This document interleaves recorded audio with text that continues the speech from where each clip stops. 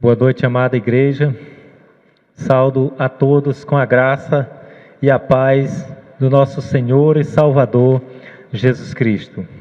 Nós estamos muito alegres, por podermos estar chegando à casa de cada um dos irmãos, porque quando a igreja de Jesus chega no lar, chega na sua casa, na sua família, também nós estamos levando a alegria, nós estamos levando a esperança, porque foi isso que Jesus plantou no nosso coração, a esperança da salvação, a esperança da vida eterna.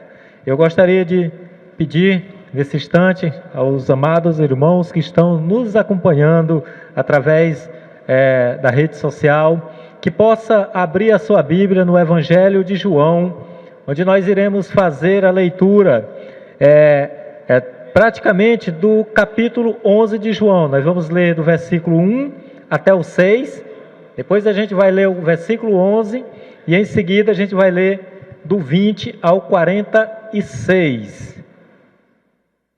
Amém, irmãos? Peço que peguem aí as suas Bíblias. Nesse primeiro momento a gente vai estar fazendo essa leitura.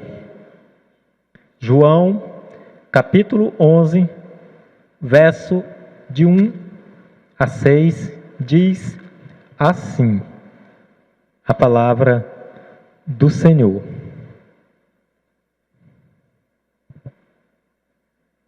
Havia um homem chamado Lázaro, ele era de Betânia, do povoado de Maria e de sua irmã Marta. Aconteceu que Lázaro ficou doente. Maria, sua irmã, era a mesma que derramara perfume sobre o Senhor e lhe enxugara os pés com os cabelos. Então, as irmãs de Lázaro mandaram dizer a Jesus: Senhor, aquele a quem tu amas está doente. Ao ouvir isso, Jesus disse: essa doença não acabará em morte, é para a glória de Deus, para que o Filho de Deus seja glorificado por meio dela. Jesus amava Marta, a irmã dela e a Lázaro. No entanto, quando ouviu falar que Lázaro estava doente, ficou mais 2 dias ali. Verso 11. Depois de dizer isso, prosseguiu dizendo-lhes: nisto, nosso amigo Lázaro adormeceu, mas vou até lá para acordá-lo. Versículo 20. Quando Marta ouviu que Jesus estava chegando, foi encontrá-lo, mas Maria ficou em casa. Disse Marta a Jesus: Senhor, se estivesses aqui, meu irmão não teria morrido.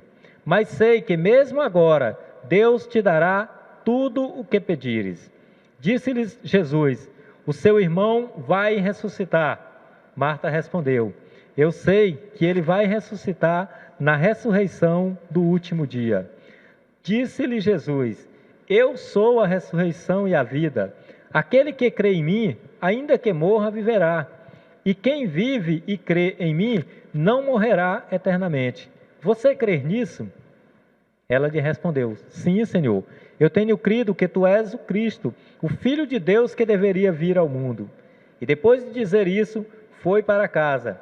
E, chamando à parte Maria, disse-lhe: o Mestre está aqui e está chamando você.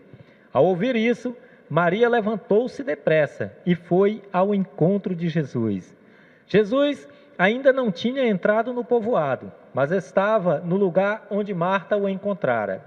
Quando notaram que ela se levantou depressa e saiu, os judeus que a estavam confortando em casa seguiram-na, supondo que ela ia ao sepulcro para ir chorar.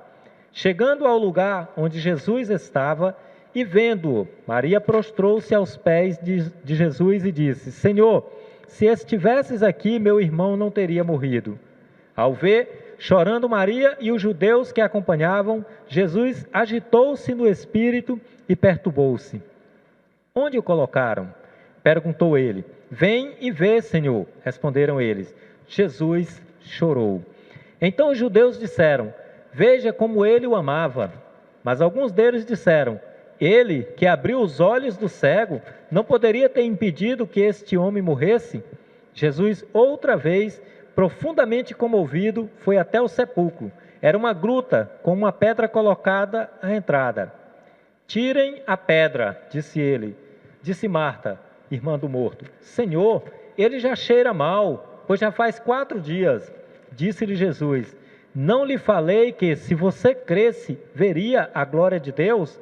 Então tiraram a pedra e Jesus olhou para cima e disse, Pai, eu te agradeço porque me ouvistes. Eu sabia que sempre me ouves, mas disse isso por causa do povo que está aqui, para que creias que tu me enviaste. Depois de dizer isso, Jesus bradou em alta voz, Lázaro, venha para fora. O morto saiu, com as mãos e os pés envolvidos em faixas de linho, e o rosto envolto num pano. Disse-lhe Jesus, tirem as faixas dele e deixem-no ir. Muitos dos judeus que tinham vindo visitar Maria, vendo o que Jesus fizera, creram nele. Amém? Senhor nosso Deus e Pai, nós queremos mais uma vez, ó Deus, te agradecer, meu Deus, pela oportunidade que o Senhor tem dado da tua igreja estar aqui em adoração ao Senhor. Pai querido, toma a direção deste culto, ó Pai, toma a direção desta palavra, meu Pai, e nos instrui a falar aquilo que o Senhor quer, para que os corações que estão em casa ouvindo esta mensagem possam receber de Ti a porção necessária da fé, meu Deus. Nós te pedimos isso em nome de Jesus. Amém. Amém. Meus amados, nós estamos aqui diante de um dos milagres de Jesus mais extraordinário que nós podemos, digamos assim, ou temos notícia. Se nós formos abordar aquilo que se passa nesse relato, nós encontraremos aqui e nós vamos encontrar ensinamentos preciosos, porque o capítulo 11, ele relata o milagre de Jesus, o milagre que Jesus fez ao ressuscitar Lázaro. Esse milagre, Jesus operou ali numa cidade que ficava muito próximo ali de Jerusalém, chamada Betânia, né? Era uma cidade que distava ali mais ou menos 3 quilômetros de Jerusalém. Então era um local onde Jesus sempre estava passando. E esse milagre, ele tem um significado muito especial no ministério de Jesus. Justamente porque quando nós olhamos as Escrituras, vai ser o último dos grandes milagres realizados por Jesus antes de ser morto em Jerusalém. Jesus fez esse milagre na semana em que ele foi preso e foi morto na cidade de Jerusalém. Portanto, esse milagre ganha uma conotação muito especial. Não também pelo fato de Jesus ter trazido à vida alguém que já havia sido sepultado e que, diz o texto, já até cheirava mal. Essa não é a questão principal desse milagre. Não é a questão de Jesus ter trazido de volta um morto. Não foi a questão da ressurreição em si. Não é isso que é o fato principal dessa narrativa. Se nós olharmos com cuidado esse relato, nós vamos ver que há coisas e há ensinamentos mais profundos por trás desta narrativa. Até porque, quando nós olhamos e lemos sobre o relato de milagres, nós vamos observar que o próprio Jesus já havia realizado 2 milagres antes de operar esse milagre da ressurreição de Lázaro. Jesus já tinha trazido à vida a filha de Jairo e o filho da viúva de Naim.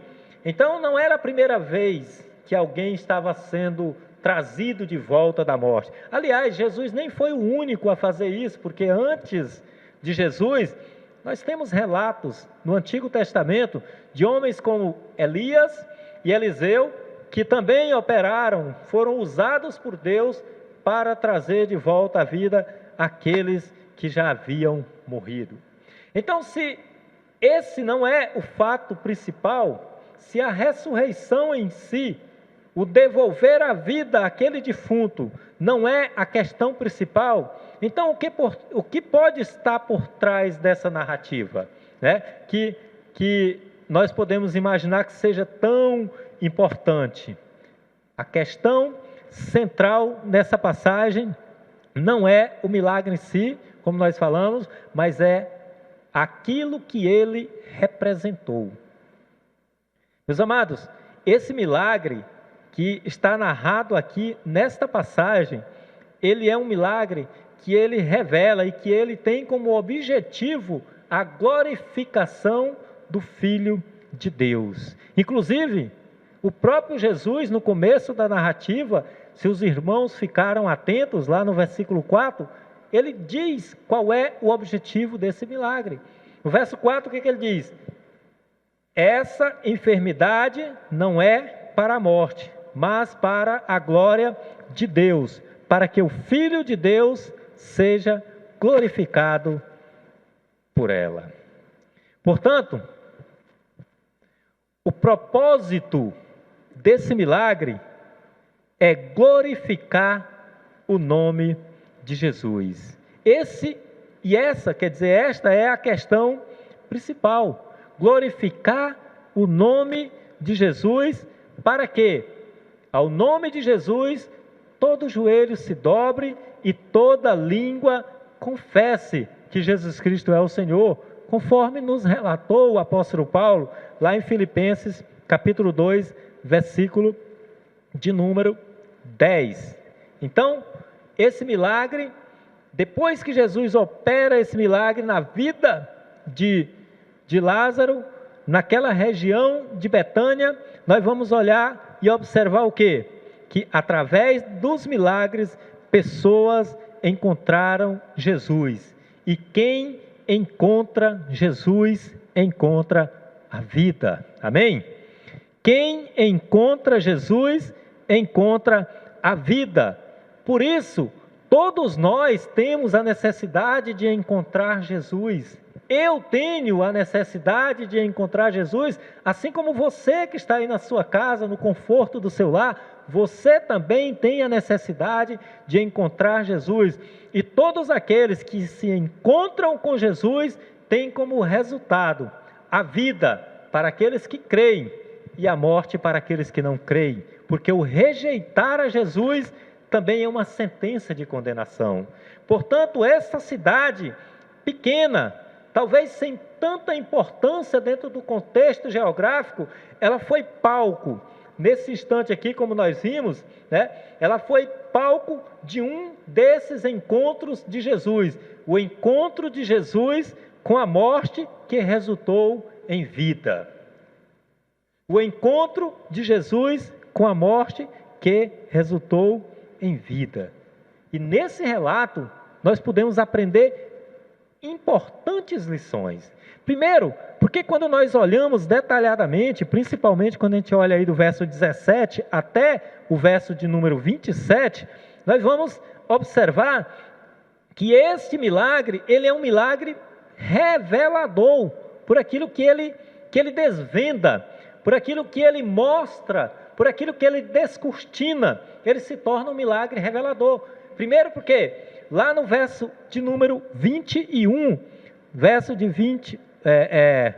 versículo de número 21 do capítulo 11, existe ali, está narrado ali o relato de quando Marta se encontrou com Jesus, quando ela ouviu falar que Jesus estava se aproximando daquela cidade.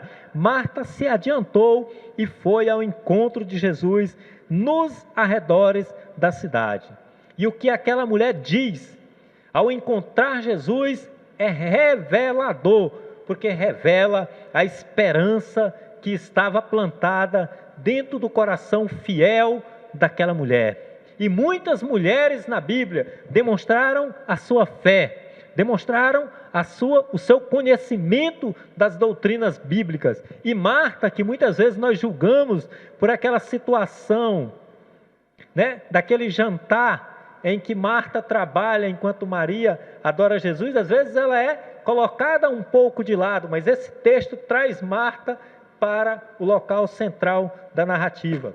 Senhor, se tu estivesses aqui, meu irmão não teria morrido. Embora ela estivesse ali diante de um contexto fúnebre, embora ela estivesse psicologicamente abalada com a perca do irmão, diante de Cristo, Marta tinha uma certeza: se Jesus estivesse ali, o seu irmão não teria morrido. Veja só a confiança desta mulher. E esta é a confiança que nós também devemos ter, e esta é uma certeza. Aonde Jesus está presente, na casa onde Jesus habita, nós temos visto brotar vida e não morte. E Lázaro, naquele momento que morreu, Jesus não estava ali presente. Aliás, eu não conheço nenhuma narrativa bíblica que mostre uma pessoa que morreu enquanto Jesus estava ali presente. Jesus é sempre levando a vida. Jesus é sempre conduzindo a vida. E Marta sabia disso.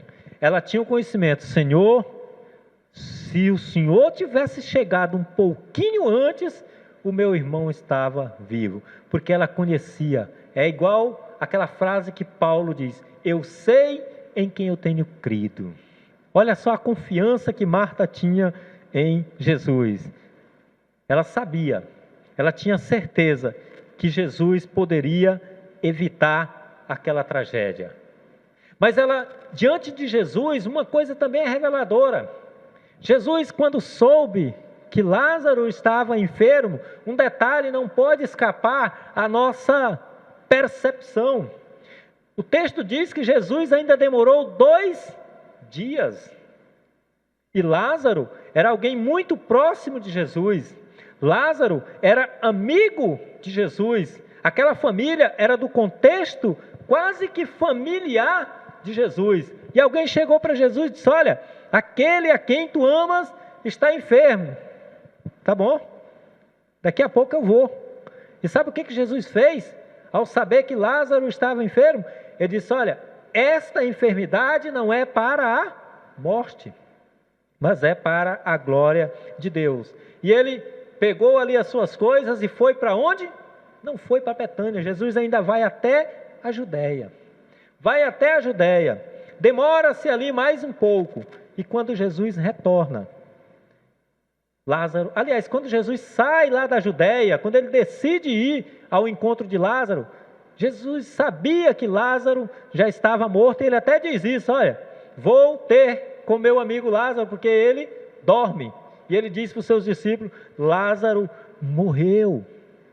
E sabe, Marta ali diante disso, ela poderia estar reclamando, ela poderia estar lamentando o fato de Jesus não ter se apressado para vir ao socorro do seu irmão, que ele dizia que tanto amava.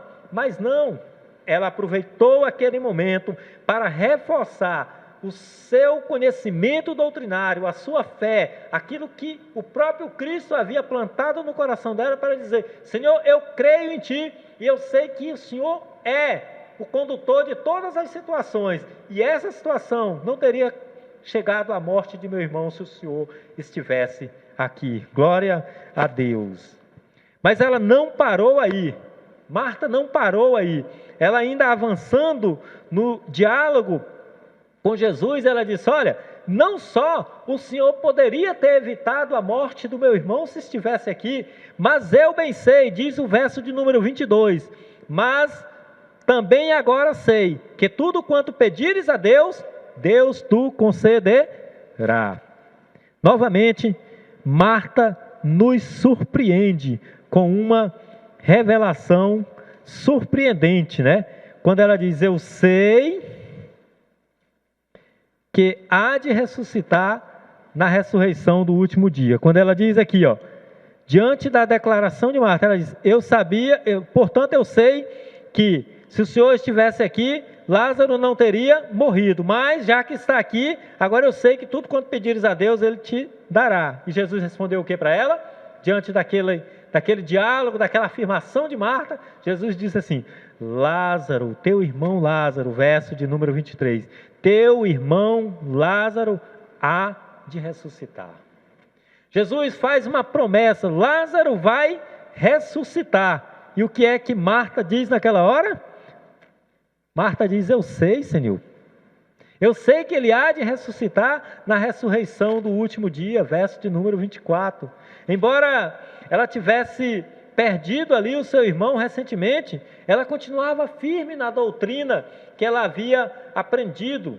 Eu sei que meu irmão há de ressuscitar na ressurreição do último dia. Muitos cristãos, quando estão passando por momentos de dificuldade, muitos cristãos, quando passam por momentos difíceis na vida, são levados, são tendenciosos a enfraquecerem na fé, a culparem a Deus pelos problemas que estão lhe rodeando. E esquece que o sofrimento é uma das características e uma das coisas que o próprio Jesus disse que acompanharia o cristão, quando ele diz: no mundo tereis aflição, mas tenham bom ânimo, porque eu venci o mundo. Marta não perdeu a convicção de fé que ela tinha no seu coração. Esse texto também ele é revelador não só porque revelou o que estava no coração de Marta, mas também porque ele revela algo que está envolto na pessoa de Jesus, que é a sua divindade. Esse é um texto também que revela a divindade de Jesus, a sua ligação como Pai, como sendo o Filho de Deus que havia de vir ao mundo. Verso 25 e 26. Está aí declarado uma afirmação de Jesus, quando Jesus olha para Marta, quando ela diz que sabe que o irmão dela há de ressuscitar no último dia. Jesus olha para ela e diz: olha, Marta, você não está entendendo, Marta. Eu sou a ressurreição e a vida. Quem crê em mim, ainda que esteja morto, viverá. E todo aquele que vive e crê em mim nunca morrerá.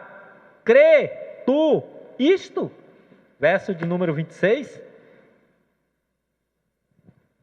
Jesus estava dizendo ali para Marta que iria ressuscitar o irmão dela, o amigo dele, porque Jesus ele tem o domínio sobre a vida e sobre a morte. E ele faz uma declaração, sendo ele a ressurreição da vida, quando ele declara: eu sou a ressurreição e a vida, quem crê em mim, ainda que esteja morto, viverá. Olha só o poder de Jesus e olha a promessa que ele nos faz: os mortos ressuscitarão para a glória de Cristo, para estar com o Senhor, para desfrutarem da vida eterna. Aqueles que creem em Jesus, portanto, não morrerão do ponto de vista da separação eterna de Deus. E os vivos que crerem em Jesus não passarão pela morte, porque espiritualmente já são vivificados enquanto estão aqui, conforme nos diz Efésios capítulo 2, onde diz que nós fomos vivificados, estando nós mortos em nossos delitos e pecados. Então Jesus está dialogando, avançando no diálogo com Marta, mas Marta, confiante, diante daquela declaração de Jesus, ela diz: Senhor, eu creio. Verso 27, sim, quando Jesus pergunta: crê tu isto? Ela diz: sim, Senhor, creio que tu és o Cristo, o Filho de Deus que havia de vir ao mundo. E olha uma das coisas que esse milagre revelou ali diante das pessoas que estavam ali. O milagre revelou pela boca de Marta que Jesus é o Filho de Deus que havia de vir ao mundo. Quando ela fala de que havia de vir ao mundo, ela está dizendo: Jesus é aquele que foi prometido pelos profetas há tempos atrás, é aquele que foi anunciado por todos os profetas de Israel, o Salvador, aquele que vai livrar o povo e conduzi-lo aos braços do Pai, que vai conduzi-lo à salvação. Jesus, que é a nossa única esperança, é esse que está aqui. Creio que tu és o Cristo, Filho de Deus. E essa não foi a primeira vez, que alguém declara que Jesus é o Filho de Deus. O próprio apóstolo Pedro, numa determinada ocasião, relatada lá, no capítulo 16, lá em João, quero que vocês, se puder acompanhar comigo, vamos fazer essa leitura. João, capítulo 16, nós vamos ler do versículo 13 até o 16. Eu vou ler aqui onde eu anotei, para que nós possamos ficar na mesma versão. João, capítulo 3, Mateus, capítulo 16, versículos de 13 a 16, que diz assim. Mateus 16, de 13 a 16, diz assim: Quando Jesus chegou à região de Cesareia de Filipe, perguntou aos seus discípulos: Quem os homens dizem que o Filho do Homem é? Eles responderam: Alguns dizem que é João Batista, outro Elias, e ainda outros Jeremias, ou um dos profetas. E vocês? Perguntou ele: Quem vocês dizem que eu sou? Simão Pedro respondeu: Tu és o Cristo, o Filho do Deus vivo. Amém? Jesus é o Filho de Deus que havia sido prometido nas Escrituras. Aliás, Marta declara isso, Maria vai declarar isso, Pedro está declarando isso. E o capítulo 3 de Marcos, no versículo 11, diz que até os espíritos imundos declaram isso, quando está escrito lá em Marcos capítulo 3, 11. Sempre que os espíritos imundos o viam, prostravam-se diante dele e gritavam: Tu és o Filho de Deus. E acompanha comigo o que está escrito em Marcos capítulo 1, versículo de número 11, ainda sobre a questão de Jesus ser o Filho de Deus. Diz assim a palavra do Senhor: Então veio dos céus uma voz: Tu és o meu Filho amado, em quem me agrado. Marcos capítulo 1, versículo de número 11. Então, diante da pergunta que Jesus fez: crês tu nisso? Crê que eu sou a ressurreição e a vida? Qual deveria ser a resposta de um cristão que professa crer em Jesus?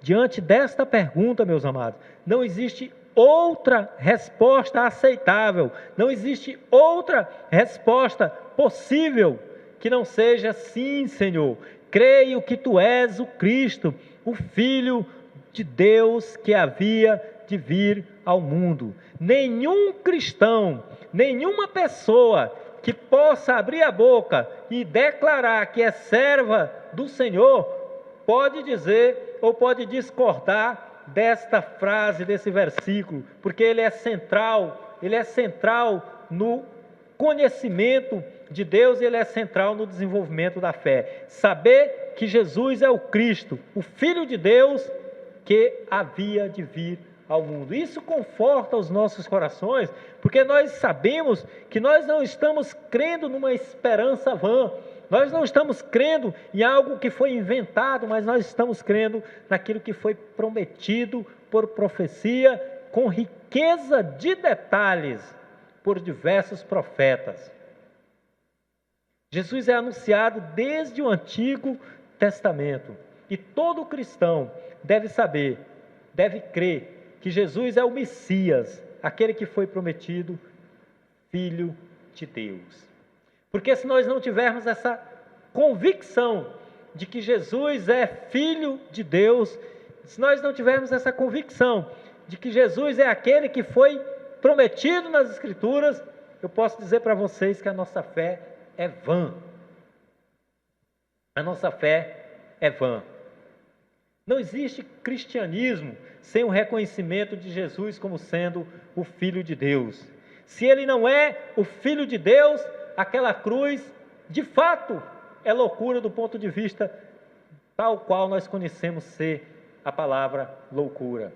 Mas ali, na cruz, Deus redimiu o seu povo em Jesus Cristo como sendo o Filho de Deus que havia de vir ao mundo. Mas a pergunta é: você crê nisso? Você acredita que Jesus é o Filho de Deus? Ou você apenas concorda? É diferente concordar e crer. né? Nós cremos com o coração, nós cremos não com a boca, não com o entendimento só, mas nós cremos com o coração, porque a Bíblia diz: se com tua boca confessares e em teu coração credes que Jesus Cristo é o Senhor, serás salvo. Então é revelador, mas não só revelador, mas esse momento da ressurreição de Lázaro também é um momento de um encontro afetivo, né, que está descrito aí a partir do verso 28 até o 37, porque aqui em Betânia nós contemplamos o afeto de Cristo com uma família que ele amava. Se você observar lá no versículo de número 1, o relato começa dizendo: estava então enfermo um certo Lázaro de Betânia, aldeia de Maria e de sua irmã Marta. E o verso de número 5 diz: Jesus amava Marta, a irmã dela, e Lázaro. Veja o que diz do 1 ao 5. Estava então enfermo um certo Lázaro de Betânia, aldeia de Maria e de sua irmã Marta.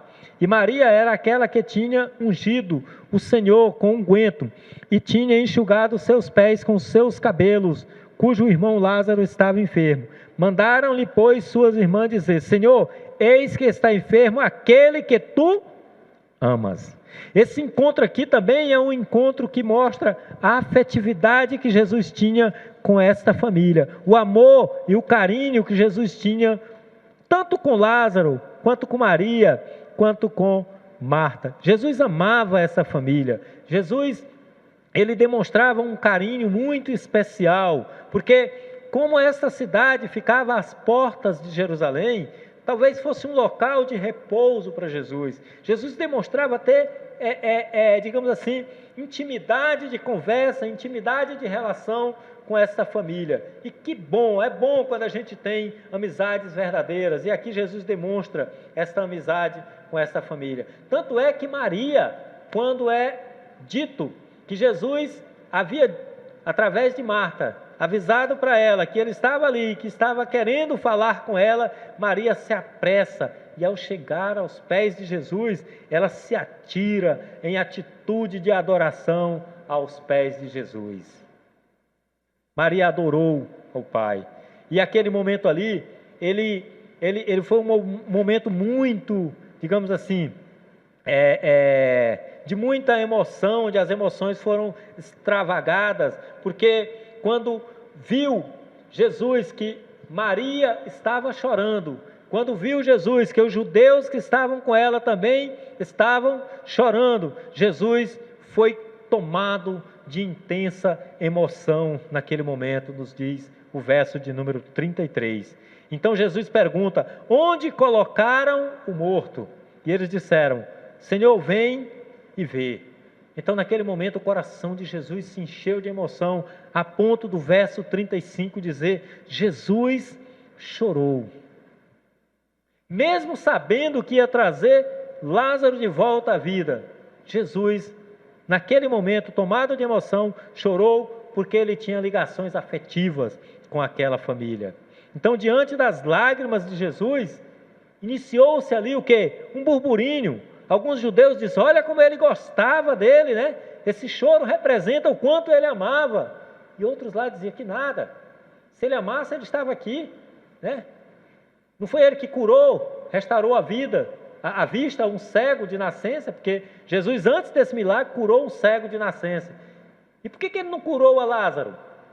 Então ali, naquele momento ali, alguns aproveitaram para fazer as suas críticas, como é de praxe de cada um daqueles judeus. Então esse encontro, ele foi revelador, ele foi também afetivo, mas ele foi um encontro que gerou vida. Esse encontro de Jesus com a morte aqui, com aquele contexto de morte em que Lázaro estava já sepultado, vai resultar numa geração de vida. Do verso 38 ao 44 nós vamos ver esse encontro, digamos assim, resultando em vidas transformadas.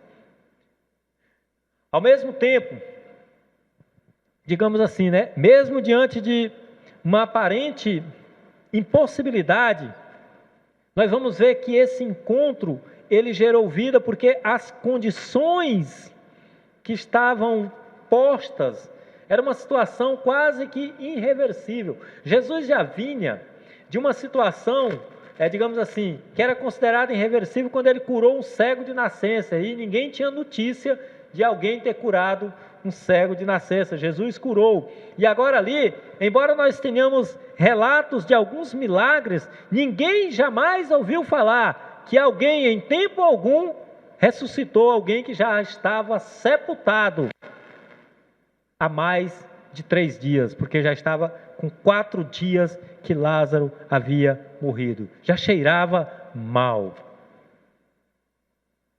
Jesus naquele momento, diz o evangelista, ele se comoveu, foi até o sepulcro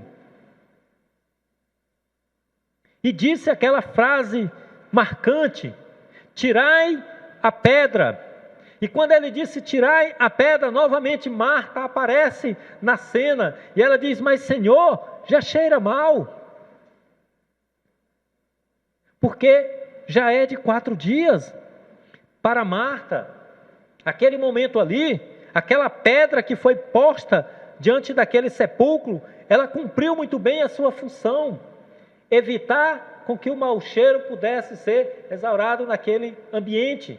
Então ela dizia: vai tirar a pedra, Senhor, já está cheirando mal.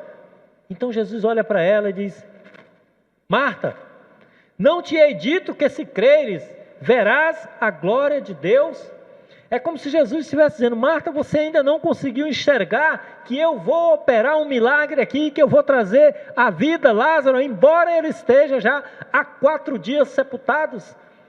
Mesmo que ele já esteja há 4 dias nessa tumba, que ele esteja aí já cheirando mal, mesmo que o corpo dele se encontre em estado de putrefação, eu vou trazer ele de volta à vida. Não te hei dito que se creres verá a glória de Deus? E os que ali estavam então retiraram aquela pedra que estava ali na porta do sepulcro, onde estava ali o corpo de Lázaro. E eu fico imaginando ali aquela situação.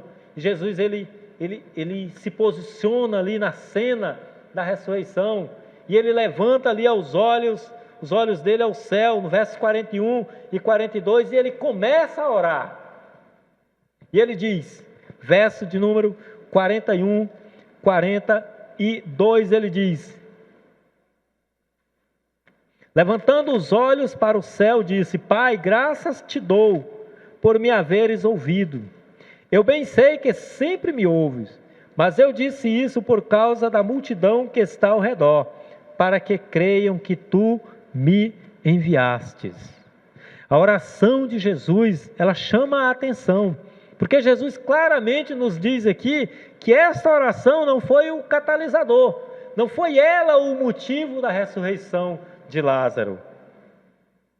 A oração de Cristo não foi o elemento que precipitou o milagre, mas Jesus disse que essa oração só foi feita por causa da multidão e com um propósito muito bem definido, para que crescem que Cristo era o enviado de Deus. Um fato e uma informação que já estava no coração de Marta, que já estava no coração de Maria e certamente já estava no coração de Lázaro, ainda que estivesse morto. Mas Jesus orou por conta dos presentes, para que eles crescem que Ele era o enviado de Deus. Amém? Esse era o propósito, digamos assim, daquela oração, e esse foi o propósito daquele milagre, naquele momento. E depois que Jesus mostra o motivo da sua oração, o motivo pelo qual ele publicamente orou, não pedindo a Deus que levantasse, que tirasse aquele morto, porque no coração de Deus, no coração de Jesus, já estava determinado que Lázaro havia de ressuscitar, porque antes mesmo de ir à cidade de Betânia, Jesus disse: essa enfermidade não é para a morte. E eu fico pensando na cabeça dos discípulos, quando pouco tempo depois Jesus diz: olha, Lázaro morreu, vamos até lá. E aí eles pensaram: como não é para a morte e ele morreu? Jesus às vezes era incompreendido, mas as palavras de Jesus são sábias. As palavras de Jesus são verdadeiras e elas são de um ensinamento, de um ensinamento que chega até o coração do homem.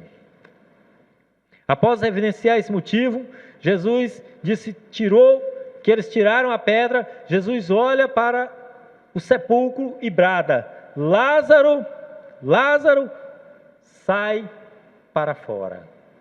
E naquele momento, diante dessa ordem, Lázaro saiu com suas mãos ainda enroladas com faixas, com o rosto ainda coberto por um lençol. E novamente Jesus fala aos que estavam ali: desatai-o e deixai-o ir. Desatai-o e deixai-o ir. Então, você vê que esse encontro de Jesus naquela cidade de Betânia, por mais pequena que fosse aquela cidade, quantas coisas importantes aconteceram ali. Marta declara que Jesus é o Filho de Deus. Ali a divindade de Jesus é exaltada. Jesus faz um milagre trazendo à vida alguém que já está, digamos assim, sepultado. Um milagre de ressurreição como nunca tinha sido visto antes. E agora nós estamos vendo que o resultado desse milagre começou a gerar vida no coração das pessoas, porque o encontro com Jesus que nós temos que ter, tem que ser um encontro que gere vida.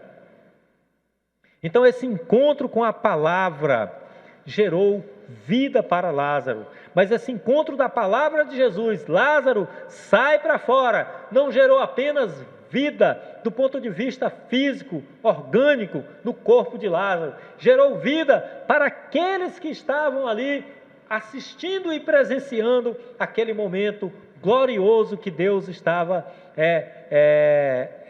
digamos assim, fazendo acontecer na cidade de Betânia. Então o propósito da vinda de Jesus é nos dar vida. Se Jesus algumas pessoas dizem, olha, Jesus veio para fazer milagres. Jesus fez milagre, mas todos os milagres, desde a cura da sogra de Pedro, com febre, até um extraordinário milagre como esse, tinha apenas um intuito: glorificar o nome de Deus. Jesus é quem nos dá vida. Ele disse, eu sou o caminho, eu sou a verdade, eu sou a vida.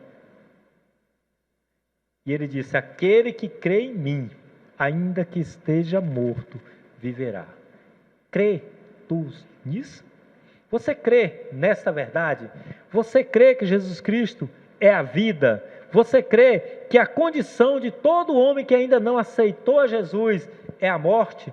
Porque a Bíblia diz que todos nós estamos mortos espiritualmente até termos um encontro de Jesus. Por isso, em determinado momento da mensagem eu disse, todos nós precisamos ter um encontro de Jesus. E Betânia promoveu esse encontro, porque muitos judeus que viram o que Jesus fizera, se converteram, creram nele, e o objetivo da vinda de Cristo se cumpriu na vida dele.